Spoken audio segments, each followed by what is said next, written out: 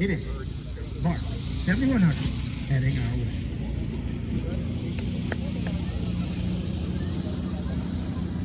You may have seen this before.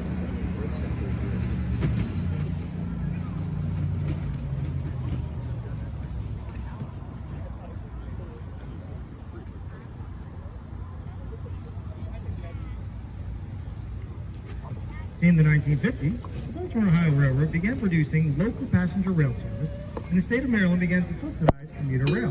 In 1974, the Maryland Department of Transportation, MDOT, initiated the first state-sponsored commuter rail service between Baltimore and Washington, D.C. In 1980, this service was planned.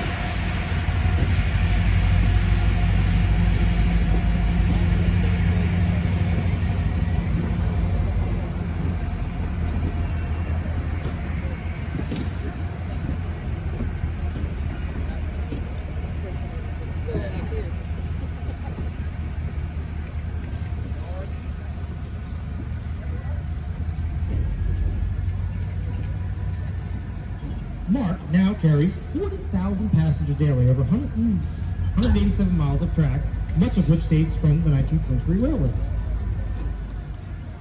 In 1981, MDOT took ownership of the MARC 700, which is a model F7A traded on the Baltimore, Ohio. This was originally, way back, number 4553. MARC outfitted number 700 as a cab car. Cab car meaning its prime mover and main generator. Wave goodbye, friends, to 700, but we will see it again soon. Well, and you'll be riding by.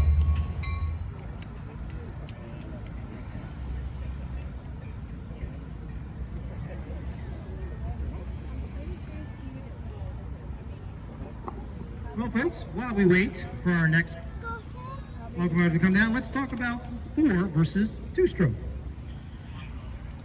For the internal combustion engine, you need 3 things.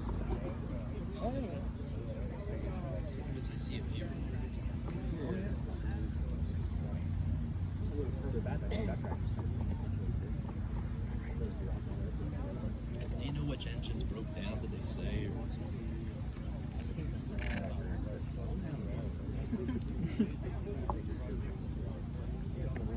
Well, folks, why don't we do a little bit of interaction between yourselves and me while we wait for the next locomotive to come down the track. Has anybody, how many, show of hands, how many people were here for the previous diesel? Getting some metal work done to it for cosmetic restoration, as well as, not mistaken, most of the early locomotives. So the William Mason was a part of that. The J.C. Davis, number 600, 545, the A.J. Cromwell, and that also, fun little fact, they brought over the King George V locomotive from England. That was brought over here on a ship, unloaded, and that was part of the parade. That was a brainchild of one Daniel Willard, who's the president. 1948 and 1949, in Chicago, there was a giant railroad fair where some of the newer diesel locomotives were on display.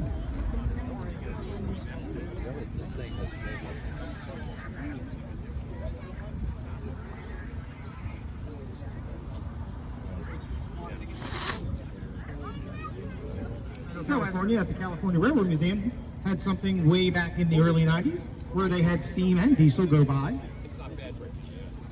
But today, we call this the Fair of the Diesel.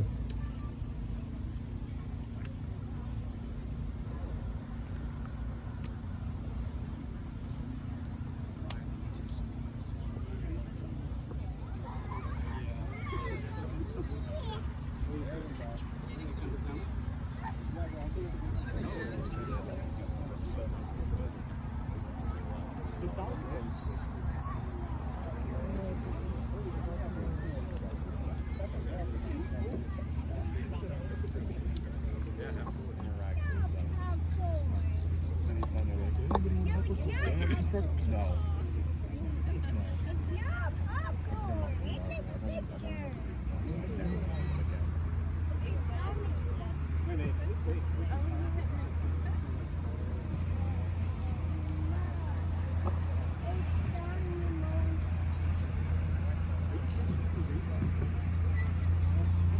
All right, folks, set your peepers on that Monroe Street Bridge. What do you think's coming down that track? I call it a sweet surprise.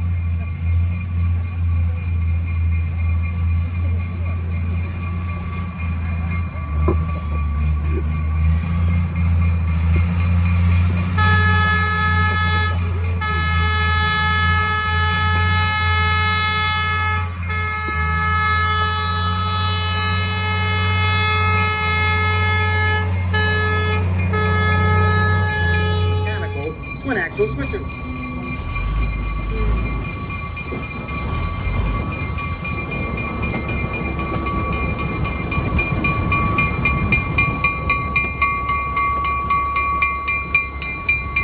Aspirated 4-cycle diesel engine that was most likely installed sometime when it got to Domino sugar.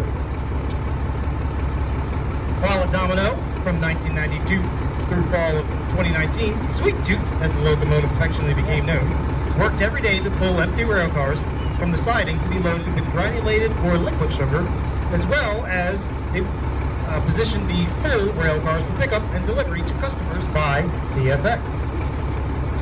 The Sweet Tooth name came from a 2016 naming contest with over 700 responses, which resulted in the garnering of the official name of the locomotive. Domino Sugar, which is in its 103rd year of operation, moves approximately 1,100 rail cars each year from the refinery and is the staple of the Baltimore city skyline.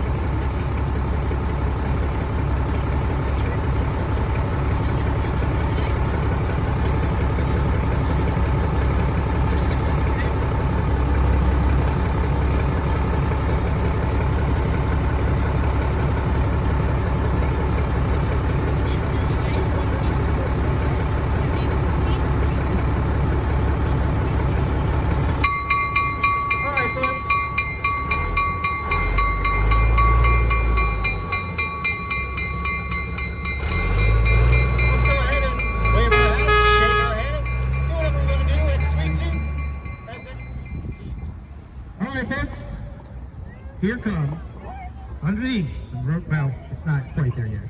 Underneath the Monroe Street Bridge shortly will be a GP30M number 6944.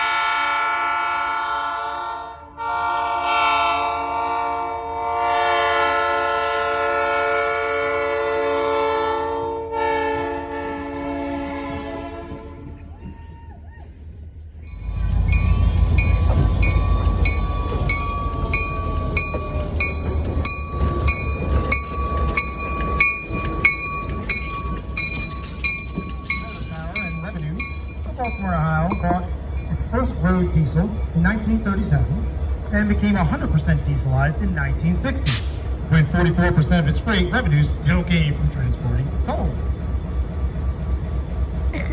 This General Motors Electromotive Division, or EMD, GP30M, number 6944, general purpose road switcher locomotive was built for the B&O in 1962. It was originally classed a FSE 5 and built under EMD spec 7631.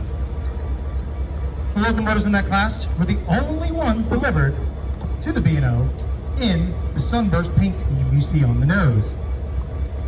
In 1982, the 6944 was rebuilt into a GP30M at the B&O's Cumberland, Maryland locomotive shop, and was later renumbered CSXT number 4253. In 1996, it was retired and was donated to the Baltimore Railroad Museum. The original number and paint scheme were reapplied in 1996. Originally from E&D, this would have had a 567D3 16-cylinder, two-stroke diesel engine. In 1982, during the rebuild, it was replaced with a 645 D3A 16-cylinder. The top speed of this bad boy gets up to 70 miles per hour. And that 645 D3A produces 2,000 horsepower.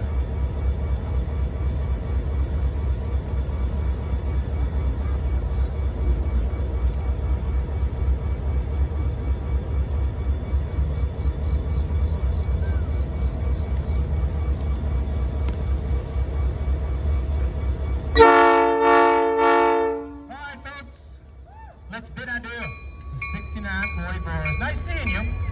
We'll see you again soon.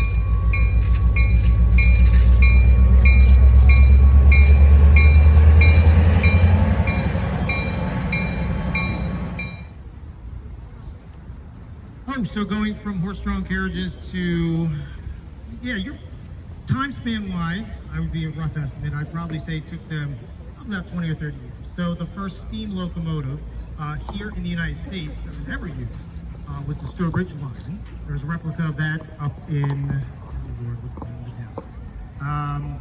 It's up there in PA, it's near Steamtown, USA. It's just our previous people, the Brits, right?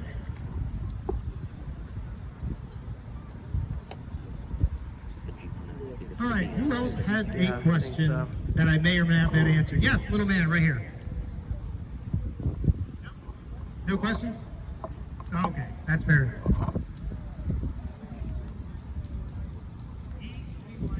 De-streamlining the 490. Don't know. That's a good question. Can't answer that one. Probably not. I'm going to go that's how it came to us. It's probably how it's going to live its life. At some point it will be restored. Couldn't tell you when. Any other questions here, folks? Anybody? Yes?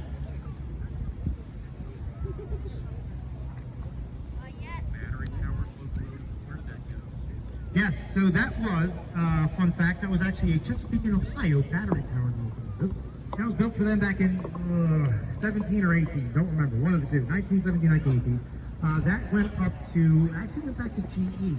Somebody came here, they were, it's been sitting in that back lot for many years, but somebody said, hey, I can get this to move and run again under its own power, so it's currently being redone by GE, built for them, or built by them, I should say, originally. No, it is not coming back here. It's going to live somewhere. I'm sure people on the interwebs know way more about this than I do. So with that, was underneath that Monroe.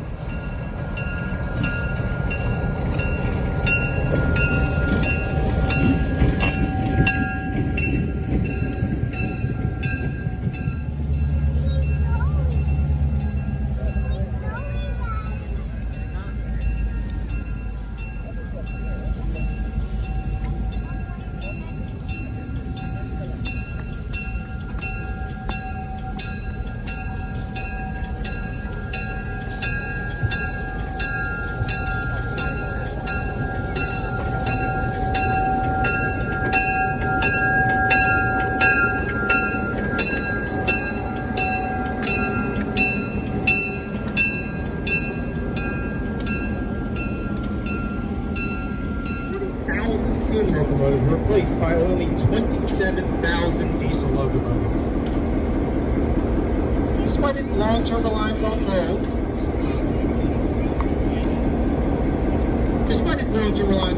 for locomotive power and revenue, The B&O became 100% dieselized by 1960. In 1949, the General Motors Electromotive Division, EMD again, introduced the GP7 road switcher. The GP7 was a general-purpose locomotive used for switching, freight, and commuter passenger service. It was equipped with end platforms for switching, a light axle loading, and short wheelbase for travel on light bridges. GP7s came without dynamic wheels. And you can easily discern a GP7 from a GP9 for all you rail fans by the fact that GP7s have louvers on the battery box doors. So if you look underneath where it stencils 6405, those 3 sets of louvers, that's how you would know it's a GP7. GP9s would only have 1 or none. The B&O purchased its first set of GP7s for its Indianapolis division in 1953. 6405 at that time ran its course, did its thing, and it was retired from service in 1984 and sent to the B&O Railroad Museum, where it was restored in 2003.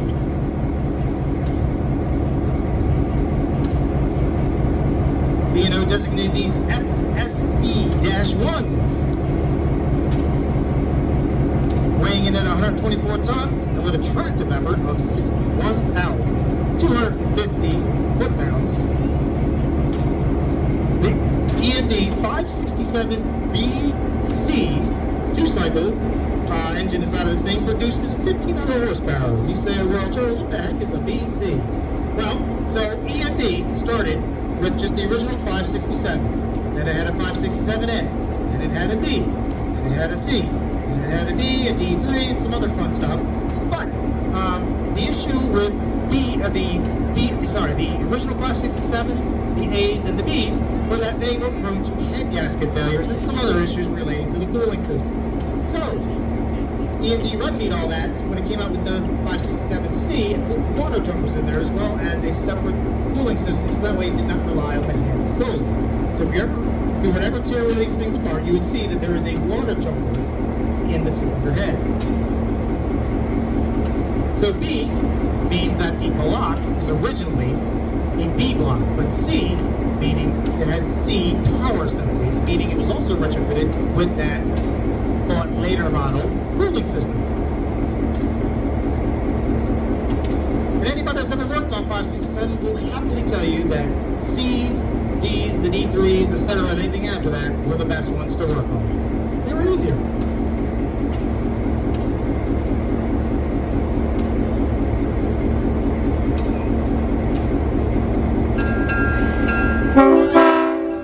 Let's give a big wave to Gary inside of the engine there, 6405.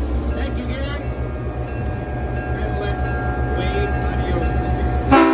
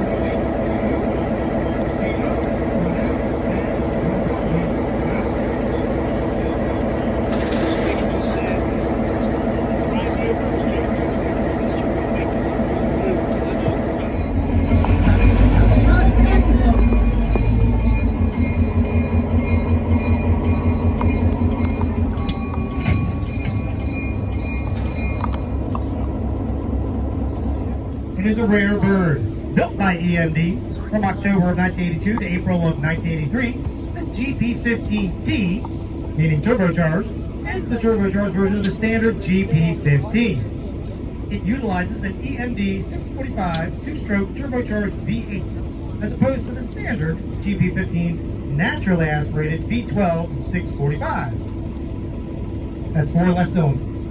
EMD marketed these as more fuel efficient, hey, look at that, and economical for railroads to operate. In total, 28 GP15Ts were built. Chesapeake and Ohio, under the guise of the chassis system, received 25 units. Apalachicola Northern, operating in the panhandle of Florida, received the remaining 3 units. The chassis units were equipped with dynamic braking and optional inertial air filtration systems. It arrived to the chassis system as number 1507 and has since remained in her original number.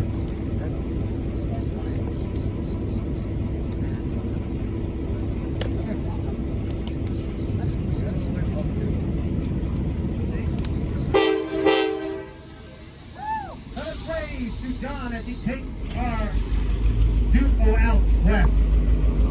Hey, thank you, John.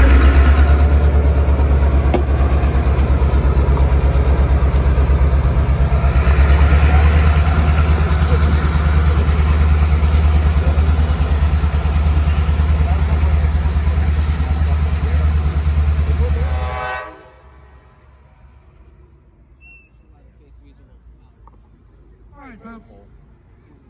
Why raise the hands who thoroughly enjoy that no mark of 3802. Making all that noise. Here comes 8905.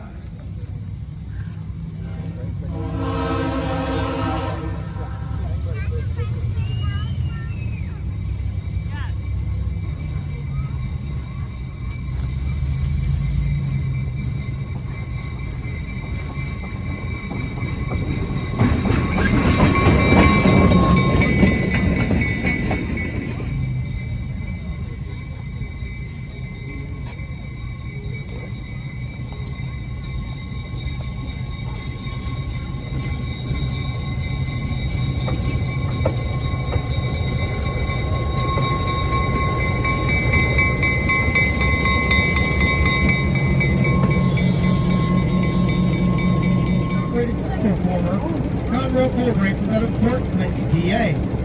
The locomotive became RBNN number 1200 in reference to its 1200 horsepower. It operated on the RBMN until 2002 when it was retired from the active roster. The museum purchased the locomotive in 2004 as a general use engine for the museum's rail operation. It was painted later that year into a unique museum paint scheme emerging as BOMX 1200.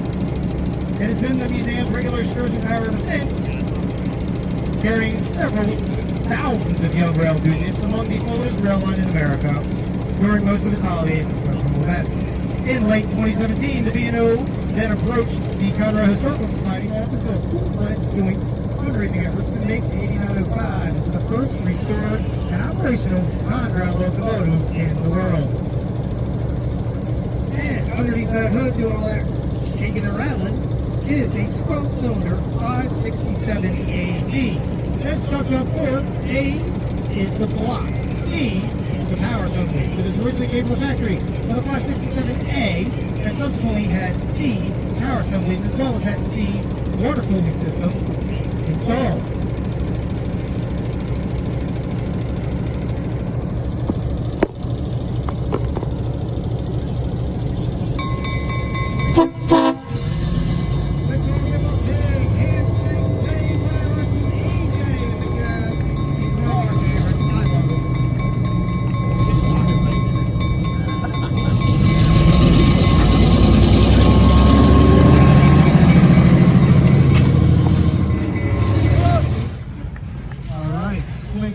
Pretty shortly.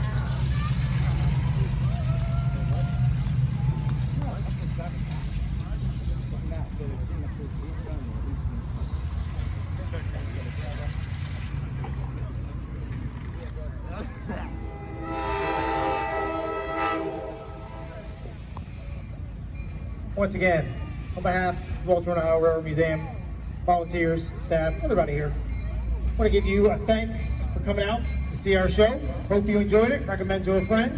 Tell all your friends, non-friends, all those people. We apologize for the humidity, but that is unfortunately outside of our control.